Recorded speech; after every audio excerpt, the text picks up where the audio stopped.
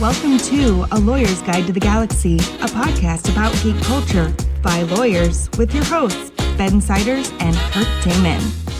And welcome back to A Lawyer's Guide to the Galaxy, a podcast that asks interesting questions that don't have any answers with your host, Ben Siders, that's me, and the other guy is Kirk Damon. That's Kirk, as in the captain of the Enterprise. We are intellectual property lawyers and certified geeks practicing law in St. Louis, Missouri. You can find me, Ben, on Twitter at Benjamin Siders. You can find Kirk at KirkDMN. You can find the podcast at LGGPod. And we are now on YouTube, youtube.com/@LGGPodcast. We should probably update this intro and stop talking about our Twitter accounts because nobody engages with us on Twitter anymore.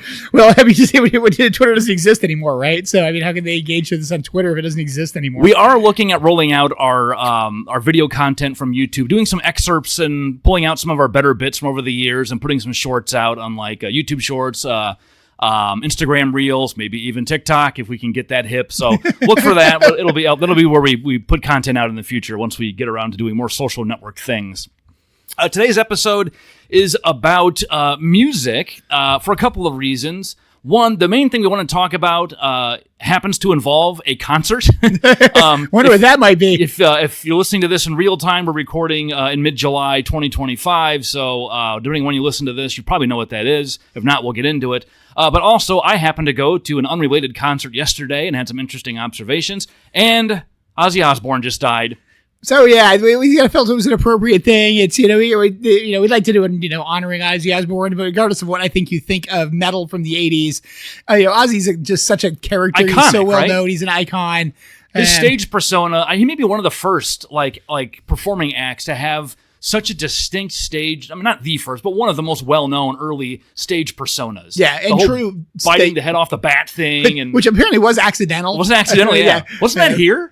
I don't remember where he did it. I don't remember where he did it, but yeah, because he didn't realize what it was, that it was a real bat. But yeah, I think the thing he had with it is he became an icon for being a heavy metal icon, much more than he ever was a heavy metal icon. Well, after the fact, he did so much. He did like the World of Warcraft commercials and his whole Sharon thing.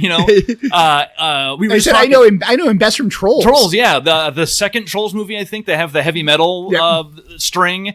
And he's like the godfather of the heavy metal Trolls. Yeah, he's in a wheelchair, and everything he said, absolutely everything he says is completely incoherent. Yeah, and it's incredibly funny. Actually. He had a TV show, so I mean, he's done so much and kind of endeared himself to people. Especially, it contrasts so heavily with like his reputation as like an edgy heavy metal demon worship, the kind of guy that our parents in the Satanic Panic of the '80s would have hated. Yeah, well, I mean, it was Black Sabbath. Let's face it. Yeah. So you weren't a big fan, though? I was not a big fan. I've never been a big fan of metal, generally. I mean, it's one of those kind of music forms that I can appreciate it from an artist creating it point of view, but I don't particularly care to listen to it. Yeah, I was a metal fan. Sabbath was probably before my time. Ozzy was big around the time I was getting into Metallica and Megadeth and all of those kind of acts. I do recall buying a couple of his albums in the 90s and really enjoying them, but I never really got into his deeper stuff. So with his passing, it's sad. It's we have had a lot of those over the last 10 years. We've lost Bowie, we've lost Prince, we lost Michael Jackson, we've lost Ozzy now. Like all these icons of different genres are just dropping off. Well, and they're all from the 80s, which is kind of when we all came to music, early 90s. It makes me feel old, Kirk. That's why I don't like it. Okay, so a farewell to Ozzy. We were talking about some of the funny cartoons we saw too. Unfortunately, my favorite one I can't talk about in the podcast. It's a little too explicit. Other issue, or the other thing that made us want to do music is last night I went to a Lumineers concert here in St. Louis. If you don't know the Lumineers, they are kind of a folksy band, and one of the things I thought was strange is, they got big maybe 15 years ago. Their first album came out. It kind of blew up. They were huge at the time. And then kind of disappeared. They've got a couple more albums since. I got the second one. It was pretty good. I haven't listened to the third or the fourth one. I think now they have their fifth one out. So when I bought these tickets, one, I was surprised it was at Hollywood Amphitheater. That's like a, I don't know, would you say 10 to 15,000 person venue in St. Louis? I'm not sure it's that big, but it definitely is with one the of the bigger seats. It's one of the bigger venues. I know they can fit 10,000 plus in it. It's big. I was surprised they were playing that venue. That seemed awfully big for what I regarded as kind of a niche folk band. Also, to my great surprise, I expected to be one of the younger people there. I thought the crowd would be mostly combat boot-wearing flower children hippies that are, I thought there'd be a lot based of on when the hits hashish in the air. Well, there was a lot of that, but either way, it is also legal. So, but the crowd, to my surprise, was, I would say, 70% women, and of those women, about 95% under the age of 30. To the point where, and even younger than that, a lot of them under the age of 20, to the point where the bars that were serving alcohol at this place were completely empty. Nobody was buying anything. Yeah, you don't see that at concert venues very often, particularly not sort of more folk country type artists where, drinking tends to be part of the experience. No, it was 95 degrees outside, so maybe that's part of why. But I don't know, that makes me thirstier, if anything. Anyway, so I thought that was interesting. A lot of them were wearing cowboy boots, and I'd never really thought of the Lumineers as being associated with country music, but you and I were talking at lunch. It kind of makes sense, right? It's structurally and compositionally, it's similar. It just doesn't have the southern twang and the guitar slide. Well, and I came from a bit of things. I'd never really heard of them. It's what it is. And I listen to country music, so, that is kind of a weird thing behind it. It kind of emphasizes the point, though, right? Like, you're super into country, probably more than anybody I know, and you've never heard of this band that's basically writing country music for people who don't like country music. Yeah, exactly. What do I call it? Country curious? Yeah. Country curious. Yeah, so Mumford & Sons is what I described them as, but I thought that was interesting, and we got a comment here in our notes. The crowd reminded me of what I would call the Urban Outfitters folk revival genre. Anyway, what made me think of this, though, is a bunch of people there were reenacting a recent event at a Coldplay concert. Let's talk about that, because this has been all over everything for the last week. We're going to jump on the meme because everybody's jumping on the meme. If you don't know, about a week or two... If you don't know, please climb out from under the rock you've been living in. If you don't know, we're going to spoil the universe for you here. If you've been living under a rock, about a week ago, as we're recording this at a Coldplay concert, the Kiss Cam spotlight landed on what seemed like just two really nice-looking people in a tender embrace at the railing, except she immediately covered her face, and he, hit the deck, dove out of the way. And, of course, when they said that, Coldplay, to their credit or condemnation, depending on your perspective, immediately said, well, they're either shy or having an affair. And it turned out, they were. Probably the latter. He is Andy Byron, the CEO of a company called Astronomer, which I now know exists. And I didn't catch her name, but she is apparently their HR director or something like Kristen that. Cabot, isn't that right? Kristen Cabot. Interestingly, the Kiss Cam itself wasn't being recorded. It's just the in-house Kiss Cam that every venue has. Yep. But somebody in the audience was recording the footage of the Kiss Cam recording on their phone, and then when they did that, that person put it online, at which point it went viral. Yeah, it basically asked, does anyone know who these people are? And that's which, of course, somebody does. Somebody does, and it promptly went viral as to what it is. I think the thing that's so fascinating about this is it's one of these things where you have to wonder how much of this is because they reacted the way they did, because of what happened. That was my immediate thought. If they just ignored it, then the person recording it would have probably thought nothing of it. Definitely wouldn't have put it online and said, who are these two? Well, the example of what I think of with it, occasionally we've noticed if you ever go to these concerts, sporting events, you see the Kiss Cams, occasionally they do get the wrong people. So it's not surprising where they'll get somebody where it's you have man, woman seated. They pick the two in the middle, and they're actually two couples on both ends. Yeah. And they create the family members. Yeah, you get somebody with their daughter instead of their wife. I saw one where a guy had brought a sign that said, "I can't, it's my sister," or something like that. Yeah. So he was on the Kiss Cam and he held the sign up. Dude came prepared. Yeah, and those are the kind of things that you had. No, that one was probably prepped. I mean, that's the. But yeah, it's one of those things where you have plenty of times where people are like, no, we can't kiss on the Kiss Cam, or they're clearly unrelated. You often get people just laughing and hysterically when they suddenly get caught on it, and this is just basically the worst possible way to respond. Yeah, and I think that's why people were immediately like, well, it's definitely an affair and nothing else, right? Why else would you respond this way? And then the memes came next. Yeah, and so I think that, we can talk about this and say sort of whatever we want about the moment, but let's talk about the idea of the meme. Again, if you've been living under a rock, that's the only way you'd avoid it. Everybody got into this thing. There's the Star Wars memes where it's like Luke and Leia, which to your point about brothers and sisters. Exactly, that's the whole point behind it. I think my favorite one, though, is there's now what they call the Coldplay Kiss Cam that the stadiums do, where they put it. everybody gets in that pose, and then the camera puts you on the spotlight, and everybody has to reenact that scene. And they did that. I mean, I believe they did it here, even at Busch Stadium here, because I saw I remember watching early on, and they had I could see the billboard. People were filming themselves doing it at the Lumineers concert last night. The girls in front of me were doing it, and then filming themselves doing it when the camera's not even on them. They were just selfieing it. Yeah, and so it's one of these things that is just what became, and this is the thing I think we're going to partially talk about it. The important part of this is really the embrace and the particular appearance of the embrace, and then the reaction. Yeah. You need to have the sort of turning your face, hiding your face, and the diving out of the camera. And to the point, in fact, this was even done by, we believe it's the Phillies mascots, as again, a kind of sort of, prepared thing. They've done ones where they have, people purposely going completely overboard, flying out of the camera range, crashing into other people. Someone is going to get hurt eventually. Yeah, probably. Have a whole different set of legal issues. But it's one of these things where, this is now everywhere. And, I kind of came to it as thinking, one, this was very interesting. It was very funny. But also there are potential legal issues around this thing. And so we're like, let's talk about some legal issues around being Coldplayed to use the medium. Let's start with the IP issues, which in this case, for once, aren't really all that interesting, I don't think. They're not.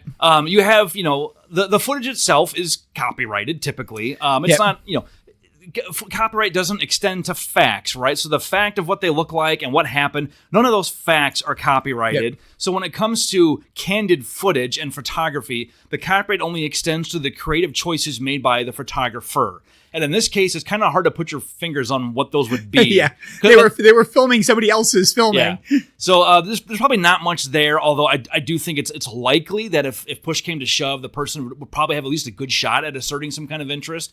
But they're probably not going to, although, as we're going to talk about, this is now turning into merch and all kinds of other things, all probably without the permission of the original videographer at the show. But you could probably get away with that, right? Again, the pose is not copyrighted. So if you just don't use the people's images and put like anonymous looking cartoon characters and just duplicate sort of the vibe of that event, maybe you can get around it. I think this is a good example of sort of the limitations of copyright, quite frankly, where we can look at it and say there probably is a copyright around the original video footage of this, but most people doing the memes in this are not using the original video footage. They're recreating it. It's hard to say there's anything. It's so short, but it's hard to say there's any kind of storyline. It was an instinctual reaction. You have all that kind of stuff sort of going on where it's the videographer really had very little decision made as to what it is. So we could say, yes, they have a copyright in the actual video. 99% of what's coming out there does not use the actual video. It's recreating it in some alternative fashion, usually overboard, completely funny, stuff like that. Similarly, you have merch starting to pop up. A lot of that doesn't use the imagery. Again, like the idea of Luke versus Leia, if you look up that one that's sort of out there, I think there's a pretty famous one that's out there. Different copyright concerns there. Different copyright concerns. But, as based from our discussion, you go look up the Disney Plus episode, because I have the feeling that may have been created with AI. But, you could definitely go jump into the concept of the fact that they really have nothing from the video except the pose. Yeah, which is just a fact of what happened. You don't own a pose. Yeah, you can't really own a pose. We are jokingly saying, could you say it's a very, very short dance choreography? Yeah, we thought about that.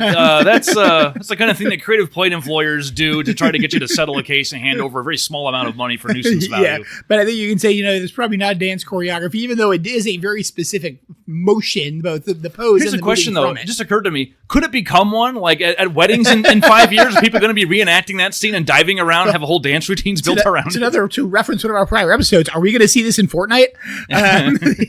That's where this is all heading.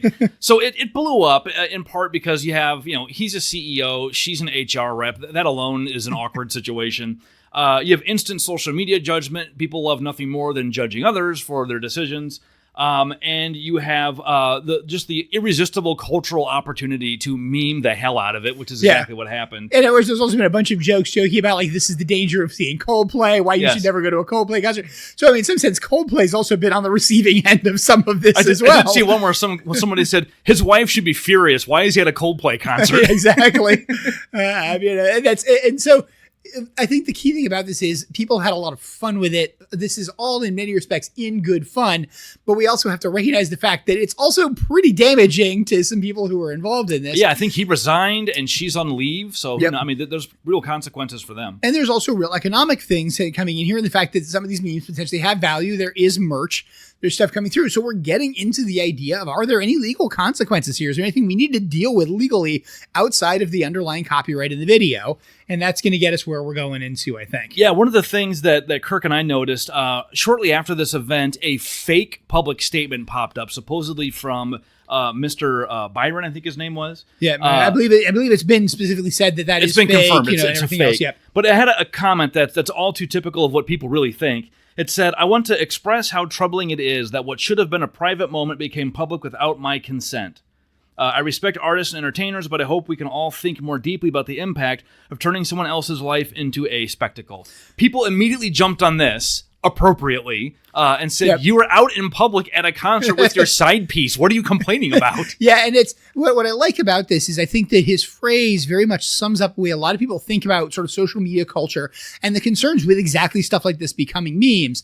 But at the same time, he's asserting a legal right. He's asserting that this is something that was a private moment and shouldn't have become public. And that's where we kind of want to go. We want to say, well, is there anything legal there? Yeah, like, being lawyers, we can't help but wonder, well, although this is generally directionally wrong, there's nuances. Let's talk about them. Let's talk about them. And we like that because, we're obviously IP lawyers. This podcast is IP focused. Although privacy rights are not generally considered canonical IP rights, so to speak, they're kind of IP adjacent and often get lumped in with IP rights because what they allow you to do is control the flow of information, which is an IP-like form of exclusivity. And we even talked about this on this show, about the idea of name, image, likeness rights. We've talked about the idea that things associated with, use of athletes in video games. We're talking about somebody's name, image, or likeness. Now, again, a lot of the memes don't get into that, as sort of we have with it, but ultimately, when we're looking at this as his comment, this is a private moment made public and it shouldn't be. That's in some sense what we're kind of talking about is you shouldn't have made my likeness public. So where are we getting this from? We know there are some rights out there around name, image, likeness, but does he have any rights? Do we still have any rights in this? Another reason we wanted to go into this is there's also a meme I see on the internet a lot where people will respond in troll comments to something that they want to comment on just to be disturbers. Trolls. And they'll say things like, this is a HIPAA violation, HIPPA, I'm going to sue you, which a lot of people take seriously and think that they mean it. And they don't. And this comes from COVID where everything was a HIPAA violation all of a sudden in the middle of COVID. So we thought privacy rights, probably as much as IP rights, are widely misunderstood. And although it's not really a focus of our practice areas, we both dabble enough in it that we can at least kind of go over the basic contours of it. Because it's kind of like IP. We say IP, but IP is really like 5 different marginally related things. Privacy is kind of the same thing. It's a bunch of different sets of rights that are protected in different ways. So we thought we'd dive into it for once. So we're going to dive into it. I mean, this is going to be more law school analysis, I think. So what it is, we're going to kind of go at a fairly high level. Yes. But we figured it'd be a fun thing to do, especially given sort of the nature of this. Now, admittedly, 5 years from now, this episode may be so dated and nobody cares. 5 months from now, maybe. Yeah. So let's say where this all started. The earliest privacy rights in the United States, at least, were in the Constitution, not the original one, the amendments that were passed shortly after it was enacted. That Bill of Rights thing. Yeah, the Fourth Amendment provides that the right of the people to be secure in their persons, houses, papers, and effects against unreasonable searches and seizures is protected.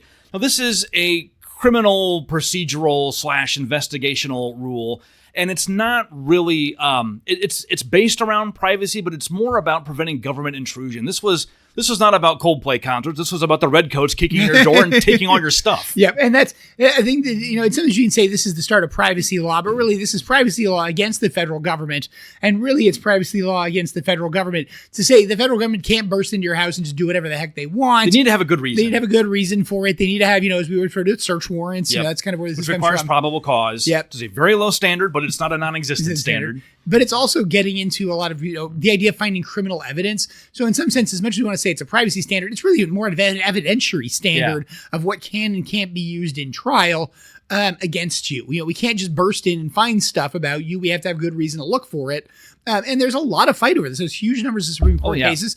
You take evidence, as what it is. You have the exclusionary rules based on this. And this actually goes back to an even older English common law rule called the Castle Doctrine. It's where the phrase "a man's home is his castle" comes from. And there's I forget what exactly the saying is, but even the king has to stop at the door of the common man. Like you are allowed to say who comes in your house and who does not. It's sort of an implicit recognition that there's something sacred about your abode, your domicile, and that it doesn't matter who else wants to come in. You get to decide who crosses the threshold and who doesn't. One of the things I always think is interesting when you think about that idea of holding people at the threshold, it also strange enough buys into sort of like strange places into popular culture. Like the only way for a vampire to enter your house is to be invited.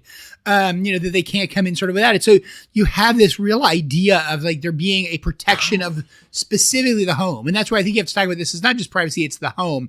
And that kind of your home life is something the government can't intrude into. Which we all kind of inherently get, right? Yeah. So early American case law in the 19th century, there really wasn't much. We've not exhaustively surveyed the field here, but I recall from law school that privacy protections for most of the first century of the Republic were really limited. There was really no formal privacy recognition. It was more kind of dancing around it. Trespass is kind of a form of privacy, although it's a property right. There were laws against, defamation is kind of a privacy-like adjacent thing, breach of confidence. The courts did generally apply other doctrines in the protection of dignity and modesty and things like that. But it wasn't under the explicit framework of privacy. I think some of it also, quite frankly, you had a lot of just, you shouldn't do this. I mean, the thing, so you didn't necessarily have as readily privacy violations. We could look at it and say the world we live in today is a privacy violation to somebody living in, the early 1800s. We're going to get to that. But that kind of thing, it wouldn't seem like it was as important. We were much more worried about the idea of privacy being, we don't want the government intruding. We don't want people kind of bursting in on you. And again, it tends to be very focused about the home. I think is one of the things with it. And home life, so to speak. Yeah, very much personal and domestic privacy, and to a lesser extent, reputational harm. Yeah. Which was a much bigger deal at the time with the greater influence of religious institutions and their greater consequences for violating those norms. Yeah. And you also had sort of some of the creation of original things like, privilege and things around those. So like attorney-client privilege, privilege between a priest, and confession, and the idea that that's something which can, long-standing to be revealed. Spousal privilege, and so those kind of elements where it's they're government aspects. The government can't force these things to come out. But it was as part of it also the person who agrees to them kind of can't voluntarily do it either. So this all changed in the late 1800s. In 1890, Louis Brandeis and Sam Warren, both later on the Supreme Court. Actually, Brandeis may have been on at the time. I don't remember. At the time, wrote what we now consider a law school article, which would be very unusual these days, setting forth a framework that the advent of photography and other technological changes were altering the calculus to where some kind of formal recognition to a right to privacy was necessary, and they laid out what we now know as the four privacy torts. And those torts are state law things. And again, they're Supreme Court justices writing a law review article. This is not a legal decision saying what the law is. They're saying what the law should be. But since they were kind of important guys, the states listened. And it was a good idea. I mean, I think in many respects as well. And again, the states listened, and most of this was codified. Yeah. I think both federally and then into states, or it may have been the other direction. There was the federal common law for a while before the Erie Doctrine. Yeah. But honestly, my civil procedure class in law school skipped the entire Erie Doctrine, so I've never actually had to study it. But we don't have it now, certainly. One thing that's maybe worth mentioning, though, is torts. We say torts. And as lawyers, of course, we know what that means.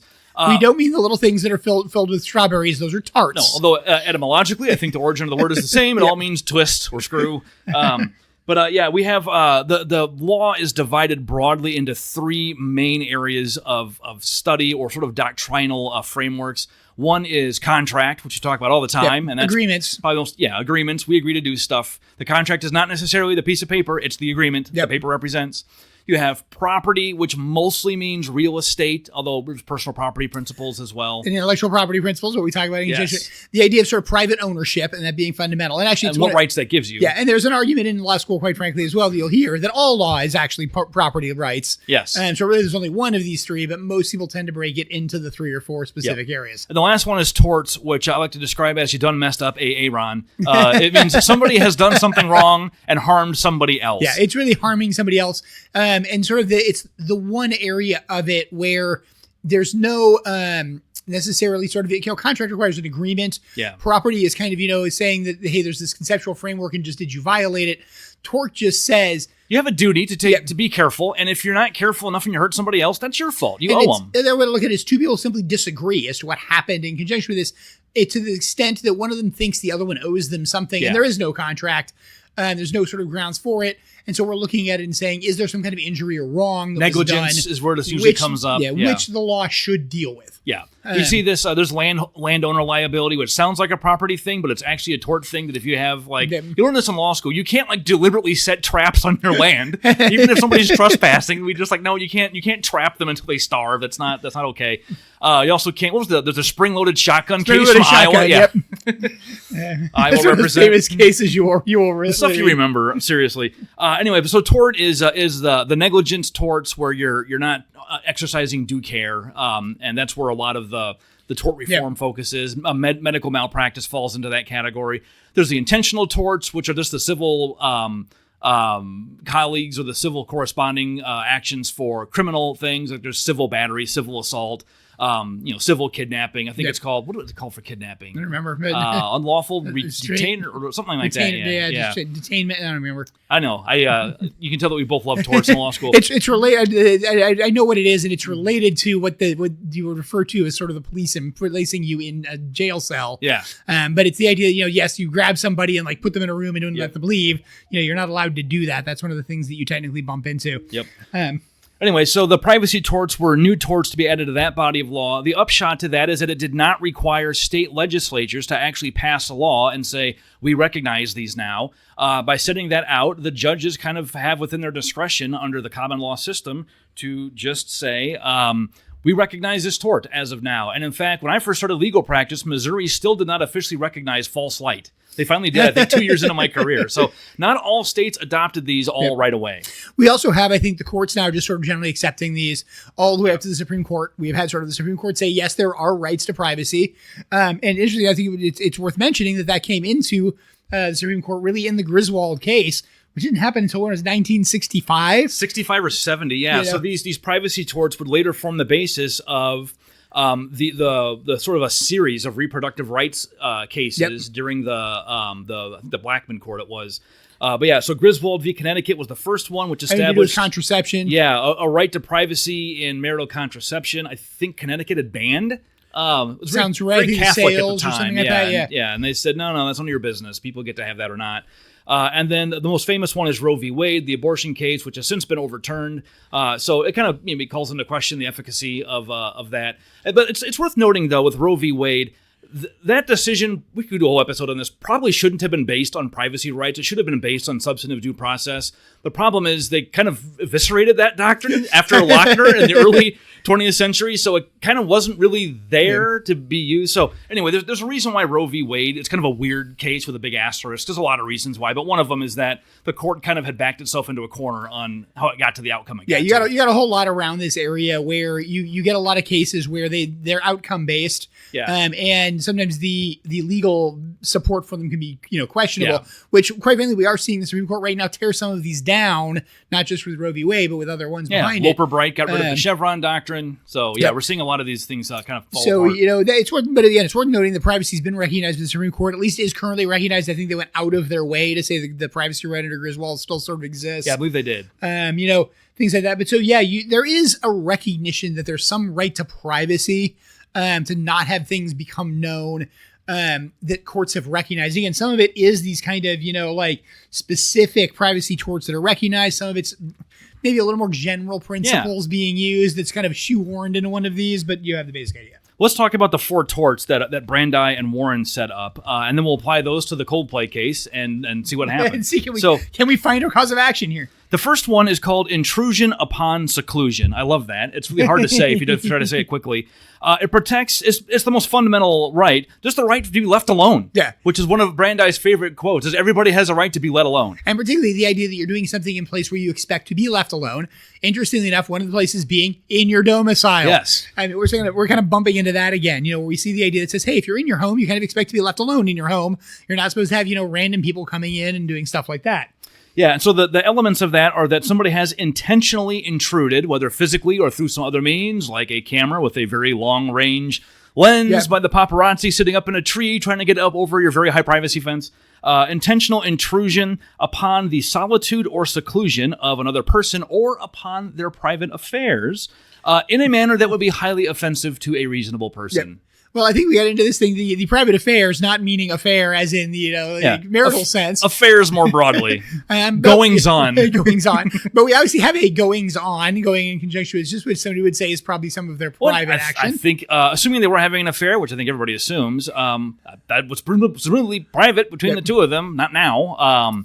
But was that what was disclosed in this footage, or was it just the fact that they were there together in an embrace? And in some sense, that's, I think, one of the great things with the jokes of the meme, where the whole idea of it's, the wife should be offended because he was at a Coldplay concert. The argument behind that is that being at a Coldplay concert worse than having an affair is something that would be that the exposure of which would be highly offensive to a reasonable person. It's playing into this. That meme is actually playing into the requirement of this, using the alternative intrusion and intruding upon something different, but the idea that thing being highly offensive. Is Coldplay the new Nickelback for some reason? I feel like they might be. I always liked Coldplay. I don't know why they catch so much hate. Sadly, I also like Nickelback, but I didn't think Nickelback was that bad, but it became such a thing to do to make fun of them. All right, so that's intrusion upon seclusion. I think the real thing about this is you kind of have to be hiding to get this idea. You have to be something where you expect seclusion. So there was an ESPN reporter, I forget her name now, but she was in her hotel room while traveling, and some creep in the next room over drilled a hole in the wall and filmed her changing. That's an obvious case of intrusion upon seclusion. You have a reasonable expectation of privacy in your hotel room, even though it's not, even though it's not your home, right? Now, this gets into weird questions about things like cars. What's your reasonable expectation of privacy there? And in criminal law, at least, we expand that pretty broadly for the car. And I believe there actually even is a case. It may not be a privacy case, but I believe there is a case having to do with the idea of if you're differently housed or homeless and you're in a cardboard box. Is there an expectation of the fact that that is secluded? So if you're covered by a cardboard box, in an area where you would not expect that to necessarily be overturned, where people are living, is there an expectation there of privacy? And I think that may have been in a criminal case and may have had to do more search and seizure, and whether or not that qualified as a domicile underneath it. But I think if you were to apply some Lockean property law principles, I can make a good argument that you have some superior right to that cardboard box over the general public. And again, I don't really remember exactly how that sort of worked out, but I believe the court did find that there was some, idea that is in some sense a domicile, and therefore would be covered, some of these kind of things and would potentially be subject to this type of thing. So I think the real thing we've got with it, the biggest thing we've got here is, does this apply in this case? No. The problem with it is where's the expectation of privacy? There's 50,000 people around you. Yes. You were at a public concert that you bought a ticket to, and you were standing by the balcony in a very easy to spot exposed location. Yep. There's no reasonable expectation of privacy of the fact that you're there together. Yeah. And you are embracing. That's the sort of thing. Yeah, that's just a thing that happened, It's just a fact. And I think that's also where you get into the kind of behind this sort of, faked letter and faked response, where it says, hey, we have this is a private moment. No, it's not. No, it's not. And that's really where you get into this, is we saying, if it was a private moment, it was a place you expected to be private, this may potentially apply, but it's not. It's just not. It's something which is public. And again, to my take of it is, I think a lot of people, when they're in concerts, because the lights go out, they think things are private. I mean, take the idea we're both children of the 80s, and dates at movie theaters, the lights go out, you assume that what it is nobody else can see. Well, they totally can. And I think that you bump into that kind of problem where people think it's because the lights are out, people can't see me. And the reality is they can, and you are surrounded by thousands of other people. The second one is called Public Disclosure of Private Facts, and it is about preventing the disclosure of true but sensitive information that is being kept private. They want to keep it out of public view. Kind of on view. purpose, I think is the best way to say it. It's not really a trade secret where the value of the information comes from its privacy. It's just that the exposure of the information would be embarrassing or offensive. So the elements are, again, public disclosure of a matter concerning the private life of somebody else. That would be highly offensive to a reasonable person. And an important fourth prong, not of legitimate public concern. Yep. So before you start saying, well, then why do these politicians all dig up dirt on each other? That's a matter of public concern. Yeah. That's the reason we. So examples of things that you can bump into this. We were sort of financial matters, health matters. Yeah. The fact that, whether or not you're renting porn, stuff like that. These are the kind of things you bump into where you say, hey, yes, these are private facts. They are facts. You either are, the amount of money you make is a fact. Whether or not you are downloading porn is a fact. But the issue with it is most people are doing these in a way that they expect them to not be made public, and they would not want them to be made public. You don't necessarily want a cancer diagnosis to be forced down to the public. Yep. Just because of the fact that people say it. Now, if you are the president of the United States, your health is arguably of legitimate public concern, which is why you do get announcements of, here's what happened in the president's physical. Well, the thing we just had recently, with the announcement. With President Biden, Trump. Yeah. Well, and with Trump that's right, President Trump. He had some kind of ankle problem? Yeah, he has. It didn't sound super serious. No, it's not. It's chronic venal insufficiency, which is effectively the veins in his legs don't work right. The vast majority of older Americans I think we're all heading that way. Stuff like that. So it's one of those things where, you don't necessarily, that can be important behind it. Now, some of that is purposefully kept hidden, and that's, again, some of the stuff like with Biden that's going to come out. But at the same time, you can look at it and say, but if it does come out, you can't necessarily, it's a violation of privacy because it is of legitimate If somebody concern. manages to find out, you may not violate this rule. And also, if the information is already public, of course, you don't violate it. Now, obviously, if you're purposely keeping it secret and you can keep it secret, there's no obligation that you do reveal it, even if it is of legitimate public value. Possible political consequences, separate issue. Yes, exactly. Okay, the third one is a weird one. It's called false light, and it's a rule that provides a cause of action if somebody publicly portrays you in a misleading or inaccurate way. And this one's kind of hard to get your arms around what it means. I always think of this as a situation where somebody's going to be arrested, for something that's ultimately minor, like a procedural crime, but you have the cops show up and have a dramatic arrest, and you slap the handcuffs on them and, march them out of there. You can kind of portray things to make it look different than what it really is. And this is the one where I was a summer associate here at the firm. I was researching this, and what I found was Missouri did not recognize false light as a separate tort apart from intrusion upon seclusion. I think they now do, so that has since changed. That just illustrates, though, that this was set out in 1890, and as of the early 2010s, we had at least one state that was still like, I don't know about that one. Yeah, well, I think the thing you really get into with this is it's kind of hard to say, how do you portray something in false light? A lot of times what this involves is alteration of something, quite frankly. And so the idea that, I take a photo and turn it into a mugshot, that's kind of a portrayal of false light because you were never actually arrested, but I portray it that way. Or I say, instead of saying the police showed up at the door for a routine inquiry, they showed up at the door to arrest you. It's kind of portraying it. Or they just showed up at the door. What could that possibly mean? Now, for our younger listeners, you may be looking and going, but wait, that happens all the time. Yeah, it does. And there's some argument about things with false light. This is actually where some of the AI lawsuits are coming from, is people saying, hey, you acted like I was at this concert by AIing me on the stage or doing these things on stage. I didn't do. That's a false light portrayal. And so you get into that. It's, again, we look at it and say that's an alteration. That thing never actually happened. A good example of that is like a newspaper article that with a headline like, woman arrested for murder, but the picture they show is like a relative of the victim. And so it's a good example. You think that the person pictured is the alleged murderer, but it's not. That's a good example of false light. Nothing you've said is factually wrong, but the way you've presented it is misleading. Yeah. And the real key about this is it's wrong. Ultimately, whereas previously we said, hey, you're disclosing a private fact that actually is a private fact. Truthful fact. This one, you're implying the problem with something. It is you're implying something which is wrong. You're not actually giving a truthful fact, which kind of makes it interesting when you think about it. There's privacy around the idea of saying disclosure of a true fact can be a violation of privacy. Making up a fact can be a violation of privacy. Taking quotes out of context would be a good example of that too, which happens all the time, obviously in politics. We should say with all of these, when it comes to politics, the First Amendment and the interest in a properly functioning political system often trump these rules. So people get away with a lot in the political context that would be less tolerated in a traditional private cause of action. And in some sense, that's kind of the comment where it's, if you're going to run for office, you're exposing yourself to You kind of know what you're getting into. And some of it's because you're placing yourself purposely in the public. I mean, that activity of running for public office places you by definition in the public. And so, we kind of get a little bit to that sort of first statement of the right against seclusion. These are all related, or right for seclusion. These are all kind of related if you're going to stick yourself out there publicly, well, if you stick yourself out there publicly, what you've stuck out there publicly can clearly be used.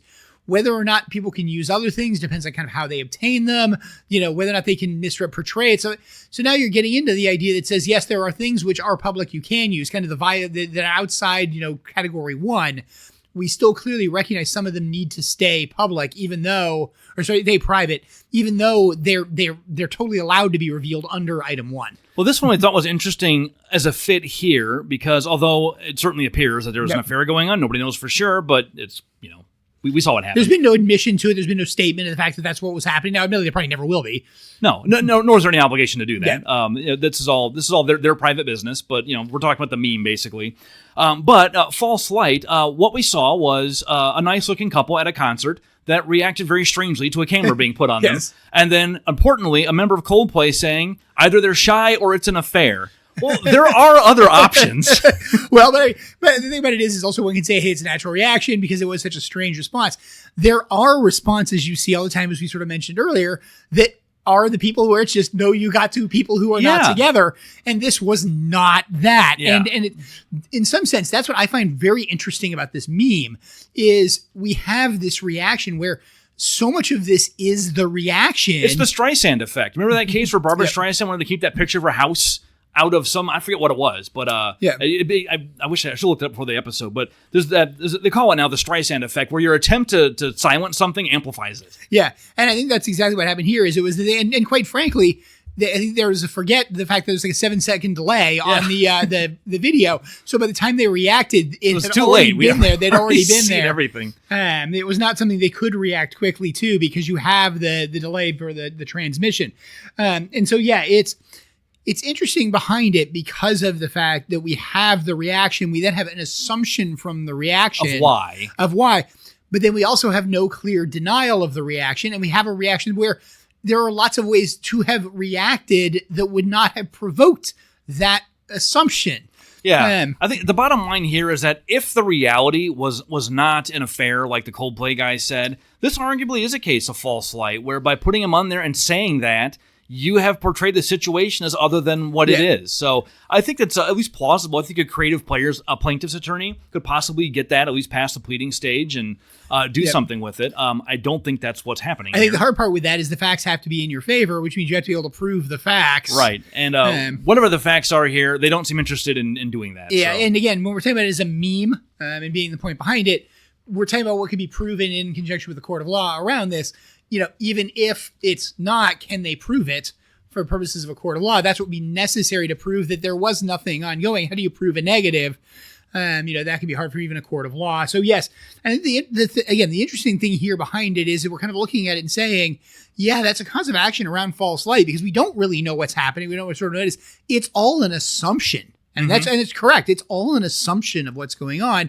And it's one that very readily could be wrong. There's lots of other things that could have been true in that scenario, but it's one that because it's lack of denial, people tend to assume is the correct one. And again, if you would also further assume that if it was not true, there would have been a denial and there would be actions for false light. Because they would say, no, wait, you did misportray this. And we're going to pursue our rights to the fullest extent of the law. Okay, the fourth one is the one that's probably the most important right now, although not in the concert music realm. Venue.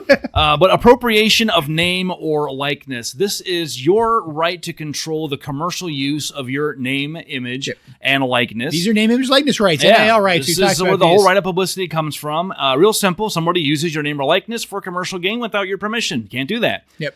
Using your photo of an ad or using you as their game avatar or putting your face on merchandise without permission.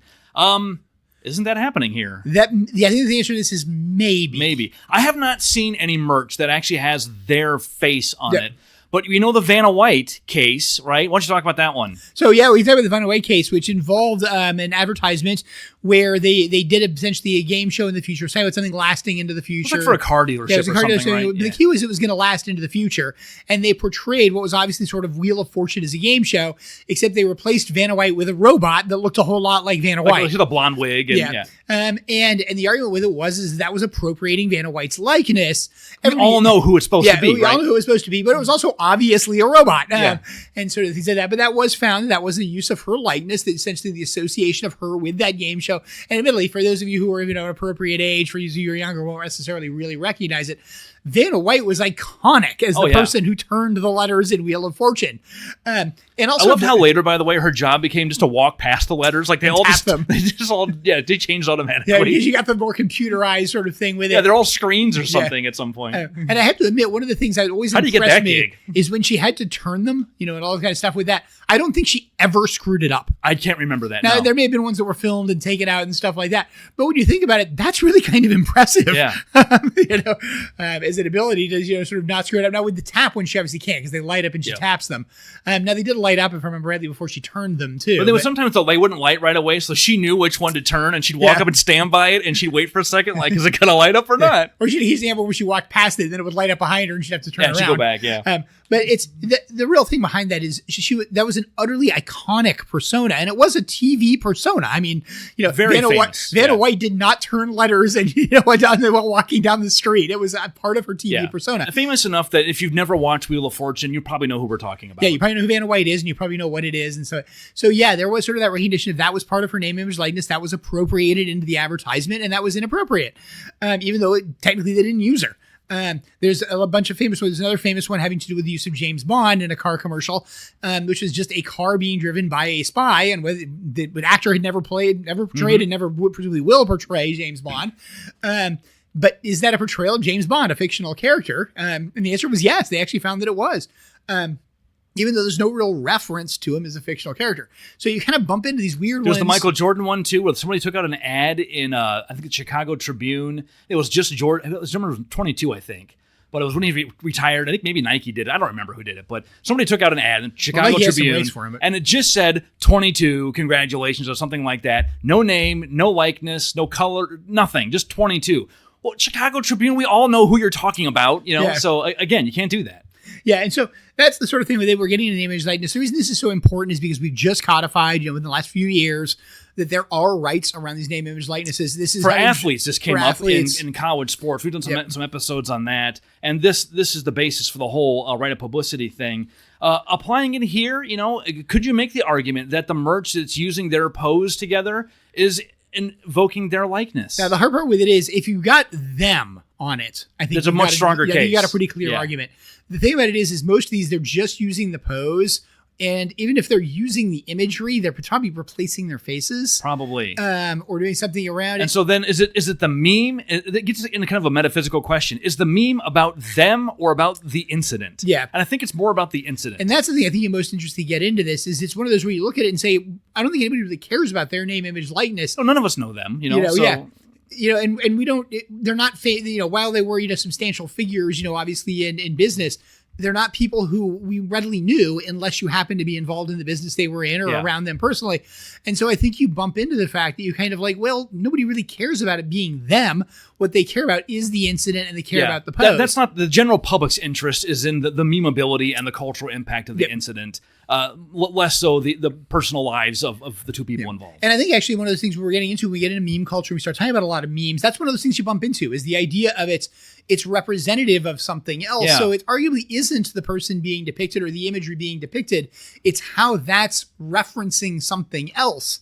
And that can become, I think it's an issue that hasn't been fully explored by the courts yet. No, and you see that a lot with memes, like the hide your wife, hide your kids, hide your dog meme. Like all of them are like that, where it becomes a shorthand for an incident that we all know. And in that sense, it kind of becomes a part of the broader cultural zeitgeist. Yeah.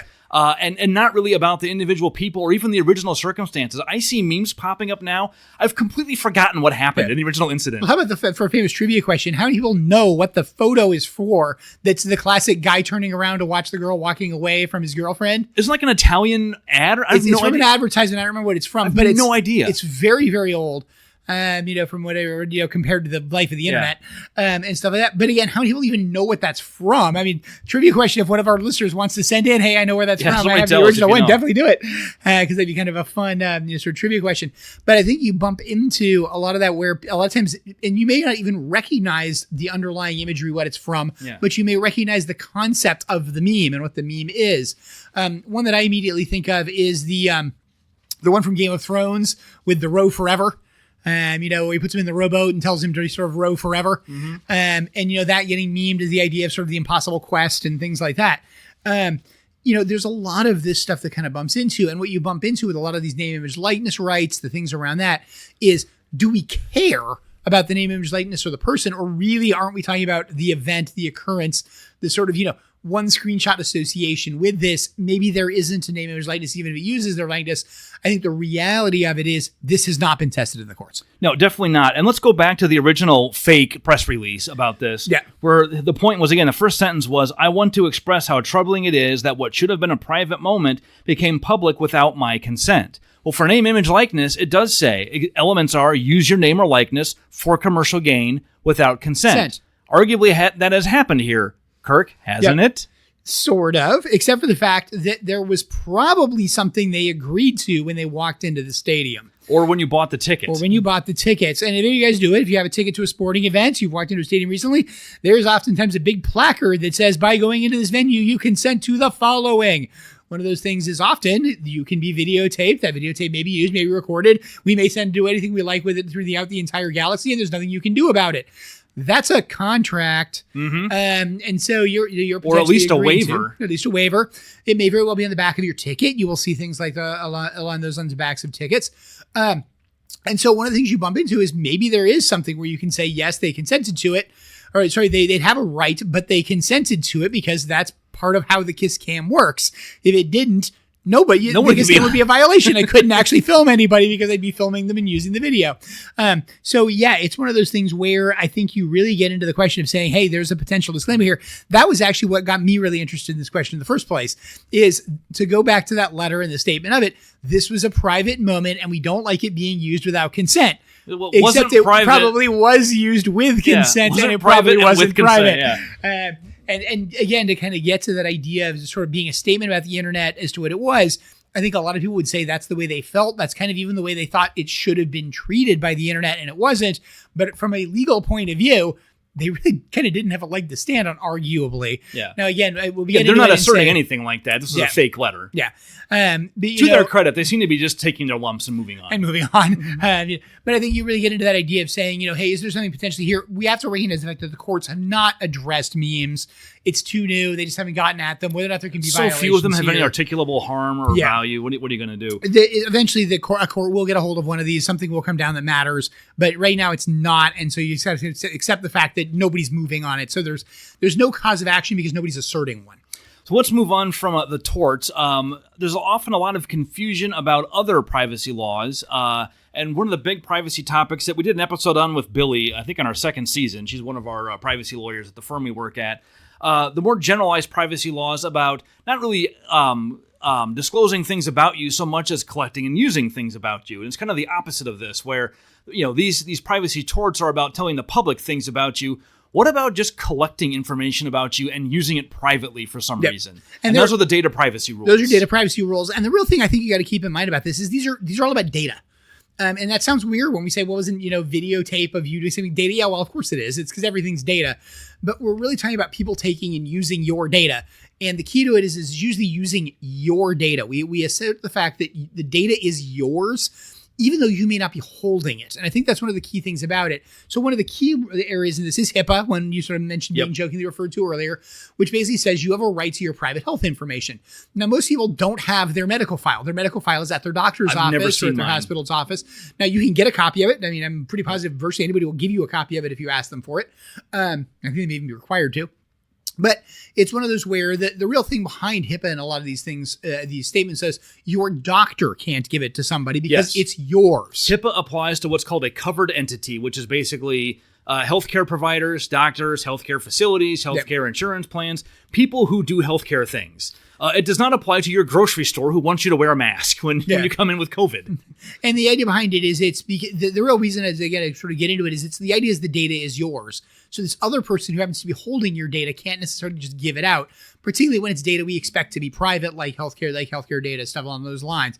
Now, we're now getting into, I think, one of the fundamental questions around a lot of stuff going on in privacy law, in the law right now, which is, well, what data are you expecting to be private and what data are you expecting them not to do? Because we know data is bought and sold in a huge marketplace behind all the marketplaces we see. Let's talk about the areas that are covered under federal law, at least in the U.S. Yep. There are a couple. They're all very domain-specific. We've got HIPAA that covers healthcare data. Yep. As we said, it's limited. There's the Graham-Leach-Bliley Act, which covers financial data. There's FERPA, which covers educational records. There's COPPA, which covers specifically children online. And the idea behind that is it's because they're children, consent, there's sort of a broad statement about data about children is generally sort of kept away from it. So that's the one that's not, as I'd say, domain specific.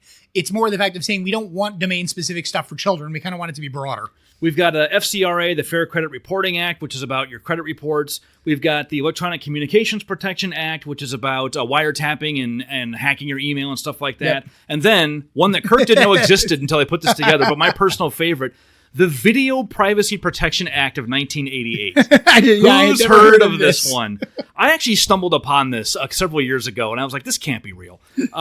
This law was passed in 1988 on the heels of the Supreme Court nomination hearings for Robert Bork. And for those of you who don't know who that is, Bork was I think, a universally agreed to be brilliant legal mind, but also a polarizing legal mind. Very polarizing legal mind. And ironically, Bork was very skeptical of the use of the privacy rules in Griswold and Roe and cases like that, and thought that those should be He was a Republican nominee, right? I mean, that's the... Yeah, he was a Reagan nominee. And I want to say one of the first hotly contested Supreme Court nominations. These used to be big non-events. Nobody cared. I mean, I think it's definitely the only, well, it's the first one in any kind of modern history. I think you've got to get a long ways back before you're going to get into anybody before. And one of the first where the hearings actually resulted in him not withdrawing the nomination. Yes, he withdrew. And if I remember that was correct, it wasn't that he was not confirmed. He withdrew his nomination. I think he withdrew before they could vote on it, these used to sail through these things 99 to 1 or 99 to 0. Like it used to not be contentious like it is now. As the debate over Bork's nomination got testy, a new, I think it was the Washington Post, I'm not 100% sure, but one of the Washington area newspapers, they just went to the local video rental store where Bork got his VHS tapes and asked for his rental history, and they just turned it over. Just gave it to him. Isn't that inconceivable now? Yeah, well, it's inconceivable, but at the same time, wait, so they had to actually go to the local video store to get the video radio. Well, I didn't know where he got his videos from. And doesn't Disney Plus and Netflix and all of them already know what I watch? They already have all that. So this was leaked to the press, introduced as kind of okay, Bork, how do you like it having your privacy violated? And to be clear, there was nothing salacious in there. His tastes were boringly G-rated. I remember the which may have been were. Part of the reason, quite frankly, why the Washington Post chose to use that is because the fact that it was something that they couldn't get in any kind of concern about exposing something that was intended to remain private. The more fun takeaway is that Congress, realizing for the first time that their rental habits could be easily found, immediately passed a law that said, no, you can't do this. Of course. It's amazing how fast we can move when there's a true emergency, isn't there? Yes, exactly. And that's the thing that's great about this is what you have from it and sort of our comment with it, where you look at it and say, hey, there's this specific information about it. You can look at it and say, had this had been something salacious, you can fit this under the tort categories to begin with. Now, you then bump into the question. But by then it's too late. They wanted something preventative. Like we have civil actions and very clear, you definitely cannot leak our VHS tape rental history. Now, I have to admit, knowing about this, I have to wonder if this law actually may see the light of day again at some point in time with stuff. They've kept it up. I think they've amended it every time something new comes out. Like, by the way, it also covers my DVD rental. It covers my Blu-ray rentals. Like, they want no doubt that nobody's going to figure out what their private viewing proclivities are. And so, I think it's a very, very intriguing thing as to, sort of what you bump out into with it. I'm just curious as to, with these, and where are we going to sort of draw the line and start with this? Because we have now bumped into in the modern society, a lot of this information is owned by private companies. A lot of information they own is not underneath these specific categories. I mean, most of what they collect is not. And Europe has the GDPR. Browsing history. Browsing history, IP addresses, dates and times of where you go. Europe has the GDPR, so they have a general regulation that covers any collection of data, regardless of the domain or the vertical. We don't, not at the federal level. Multiple attempts have been made. I don't think any have really gotten anywhere. What we have instead is this patchwork of state laws that attempt to do this. And it's up to, I think, 20 states. It's a lot. I wrote them down somewhere. Did I put them in here? And this is where I think it's worth noting in conjunction. We're not privacy lawyers. There are privacy lawyers out there that deal with these kind of things every day, because this is an outrageously complicated area of the law. It's changing month by month. Yeah. So this regulatory effort began where you'd expect in California, Colorado, blue states that have and Europe, what I call Napoleonic code envy, where they just love to legislate. But it's the thing is, everybody likes it, right? Everybody wants their data to be protected. So it's now spread to Florida, Iowa, Texas, Tennessee, Nebraska, Utah, Kentucky, red stronghold. So it's not a political issue really, although it does for political reasons, tend to start in regulatory-heavy jurisdictions. But even to the point that they're patchwork, there are different regulations underneath things. There's different stuff that gets passed. And so, again, it's one of these things where, when you're talking about these, there are people who are experts in this. Yeah. And, what they're dealing with is how is this state regulated differently than that state? How is this country regulated differently than that country? And, hey, if I'm Facebook and I'm in, every country in the world, how do I deal with? I have 50 states and 100 different country regulations, all of which I have to deal with. It's a total nightmare. Well, and the principles at a high level are pretty simple. You got to tell people what data you're going to collect. Yep. You got to tell them what you're going to do with it. And you got to get their permission to do those things with that data. Then you have to actually honor it, whatever you said. And then depending on the jurisdiction or maybe other obligations, you have to keep it secured. You have to keep it only for so long as you actually need it. Yep. You have to delete it if people ask you to. You have to give it to them if they want a copy of it. And you can go to Facebook and these companies that are in California, and they will give you something like a summary of the data. If you haven't done it, there's a ton of stuff online on how to do it. It's actually kind of fascinating. It really is. What they think you like. You'll find what categories you're in. And so I'm in basically every possible category. Well, we get this because we have to use the internet to search for trademark specimens and things like that for clients. And so apparently I'm deeply interested in dental implants, and stuff like that, because I had a dental implant client once. Yeah, and I think one of the things that's really interesting is when you do crazy searches for work where you're searching a lot of different things, you can watch the algorithms struggle at times. Yeah. You can tell they're using the data and have no idea what to make. You can tell by the ads you get that it's like, I have no idea what to sell this guy. One of the things I think is also interesting, we talk about the idea of trying to get rid of the patchwork. Part of the reason we had the patchwork is because we had, like we've talked about in our last, not our immediately last episode, but sort of our last legal episode, you have the technological barrier. You used to have the problem that this information was hard to get. As you pointed out, to get Bork's video history, they had to know where he rented his videos. And they had physically to walk down there, and somebody probably had to write it all down. I'm sure the video store doesn't have a photocopier. They may have printed it on a dot If matrix they had a printer. computer, maybe. Well, they would have had a computer at that point in time, because it's you're talking about they would have scanned it, they would have had the records of it. Yeah, I guess if they got the rental history, they probably got it stored somewhere. It may have been within if a video store had multiple locations, you may have been able to get across get your locations. membership card and stuff like that. But if you're a single location mom and pop shop, you're primarily renting from, and I use an example with it when I was in college. One of the things, the local video store was also the local movie theater. And if you rented a certain number of videos, you could basically sign up and rent videos for free. You could only own 2 of them at a time, but you got like a monthly supply. You could rent however many you wanted. You just had to turn them back in, and you could only have 2 out at any given time. You also got free movie tickets because it was also the movie theater, which I did one summer when I had nothing to do and I watched a lot of movies.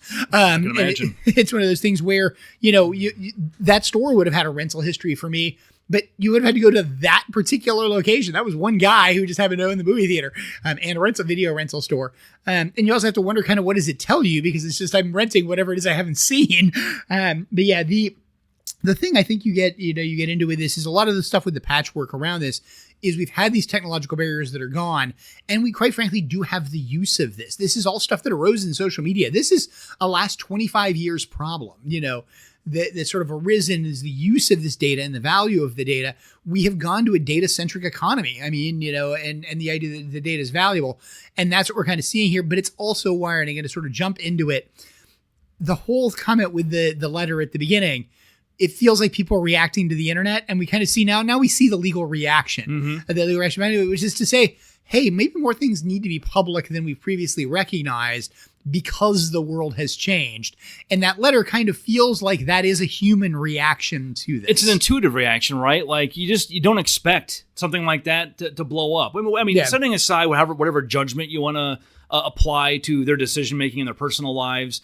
The idea that you just didn't expect this to happen is relatable, right? The odds of you being shown on the kiss cam is what, 5 in 50,000? Now, I have, however, seen a photo from the floor by the stage that happens to have those two in the background, and they're on the second row balcony right up against the very front of it, standing up. Yeah. Like, you could not make yourself more visible. So to the extent people want to heap judgment on a compounding sequence of errors, there are mistakes made here on multiple levels. But I think that's the thing with it is if we look at it and said, what's the odds of this thing happening in any one concert, whatever it is, the odds are incredibly small.